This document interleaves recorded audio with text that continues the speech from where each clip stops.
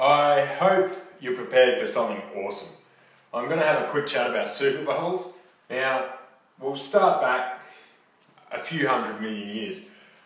So what this is, in case you can't tell by my artwork, this is a side view of the side of the disk of the Milky Way galaxy and just a different side profile of the Milky Way galaxy. Now, as you know, there's star clusters within the Milky Way galaxy that are made up to hundreds or thousands of different stars. Usually these stars were created at the same time from the same cloud of gas. What that means is within these star clusters there's a lot of stars that are the same age. Now the beauty of this is, if we go on to supernovas for a bit, now a supernova, as you know, the Milky Way galaxy is about 100,000 light years across. Now the expanding bubble of high intense, high heated gas can be viewed as up to 100 light years across. Now some bubbles have been seen to be 1,000 light years across. Now as you know, that's about 1% of the overall Milky Way galaxy. That's one supernova. Now that's a pretty big region of space to be covered by one giant expanding explosion.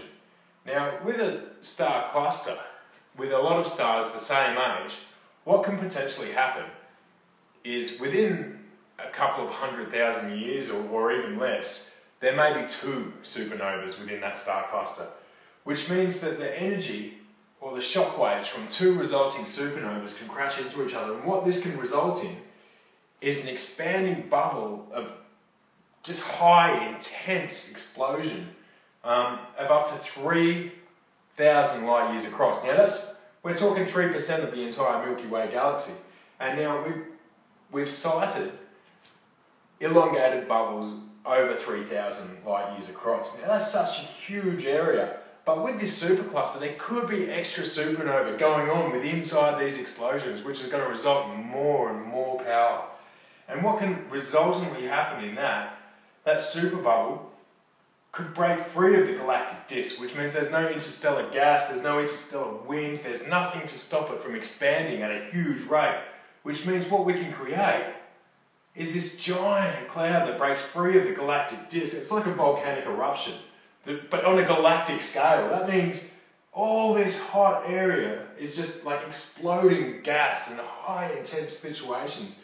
And what can happen is, as this cools, you get a lot of the cooling gas and debris and everything, which is drawn back to the galactic disk by the gravity.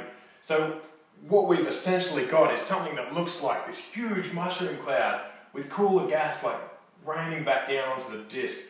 And that's what we call a galactic fountain. Now, is that not the coolest thing that you've heard today? It's pretty awesome.